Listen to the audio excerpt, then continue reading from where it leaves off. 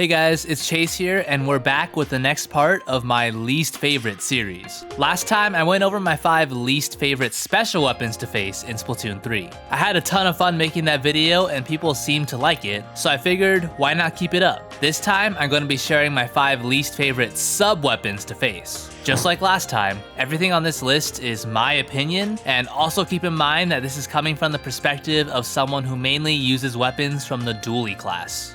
As always, if you like this video and want to see more like it, be sure to thumbs up the video and consider subscribing. Starting off at number 5, we have Squid Beacon. This might be a bit of a shocker to some of you, but it's true. I hate facing a Squid Beacon user, especially someone who's smart with the placements. Sure, Beacon isn't lethal like most other subs, but that doesn't mean it isn't annoying. If your team gets wiped and the other team is all the way pushed up, enemy beacons can make getting out of spawn hell.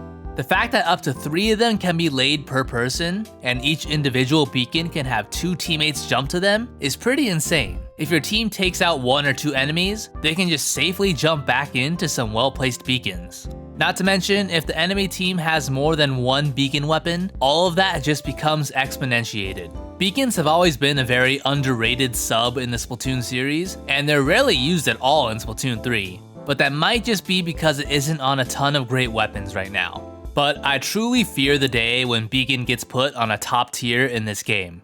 Next up at number 4, we have Suction Bomb. Suction Bombs are a very powerful and reliable sub-weapon, and I think the many creative uses that come with them are awesome. Being able to strategically place the bomb behind a wall or around a corner and surprise attack someone is one of the coolest things that you could do with a sub-weapon in the entire game.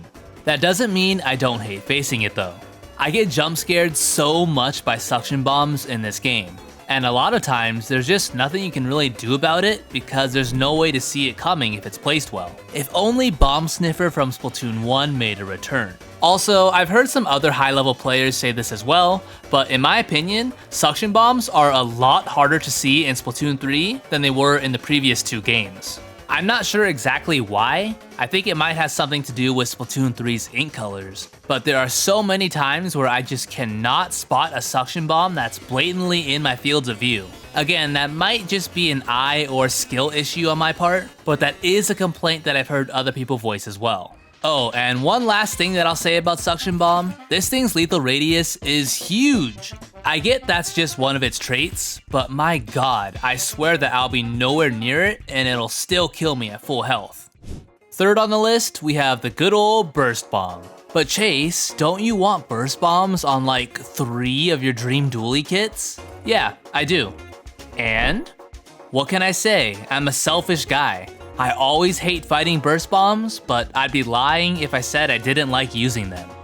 In all seriousness though, I don't have too much to say about these other than they're really annoying. Just when you think you've narrowly escaped death, an enemy will just chuck a Burst Bomb in your direction, killing you with an indirect. I guess my main problem with Burst Bomb is just that it can feel very cheesy sometimes, especially with some combos that certain weapons get with it. I suppose I just hate how it can be an instant 25, 35, or 60 damage dealt to an opponent depending on how close it detonates to them. I do think that the nerfs it got a while back were very justified though, and it's definitely a lot more balanced now. Second to last, we have what's probably the most bizarre sub on this list, Point Sensor. Point Sensor is perhaps one of the worst subs in the Splatoon series. It does no damage, and it also doesn't paint. All it does is track people. So why is it so high on my list? Well, again, this is just a personal gripe that I have with Splatoon. I hate being marked. The weapons that I like to play heavily rely on opponents not knowing where I am. So when there's a sub-weapon that does exactly that, I can't help but hate it. Sure, some weapons can work around being marked, but doing that with weapons like Tetras and Dapples isn't exactly the easiest thing in the world. I will also say that I think being marked in Splatoon 3 is a lot more effective than it was in Splatoon 2. Like, I don't know. Whenever I got point censored in Splatoon 2, I just kind of brushed it off and it never really felt like a big deal. But for some reason in Splatoon 3, being marked feels like it always really screws me over. It might have something to do with the game's very linear and crammed map design, but I also might just be crazy.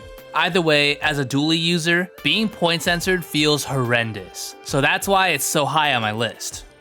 And now, here we are at number 1. I'll be honest, if you've been a longtime viewer of mine, or you're just someone that plays a lot of dualies, my number 1 should not be a surprise whatsoever. Of course, the sub-weapon that I'm referring to is Splat Bomb. Yes, the most basic, vanilla sub-weapon in the entire Splatoon series is my least favorite of them all. To be fair though, it is for good reason. Splat bombs are just very powerful, and they always have been. They're lethal, they provide decent paint, they have a good explosion radius, but it's one trait that really grinds my gears is its detonation speed. Splat bombs explode so fast after they're thrown, and it quite often feels unavoidable. And on many dually weapons, if a splat bomb is rolled at your feet at the proper time during your end lag, there is nothing you can do. You just gotta sit there and take it. It's quite similar to my number 1 worst special, which was Killer Whale, as that also severely screws dualies during their end lag. Wait, I'm starting to notice a trend with my least favorite things here. Oh yeah, and why the hell do splat bombs roll so fast and unpredictably down slopes? Like they didn't have these physics in Splatoon 2. Why did they think this was a good change? Okay, that wraps up the list of my 5 least favorite sub-weapons to face in Splatoon 3. I hope you enjoyed. If you did, please like, subscribe, and also leave a comment telling me your list of 5.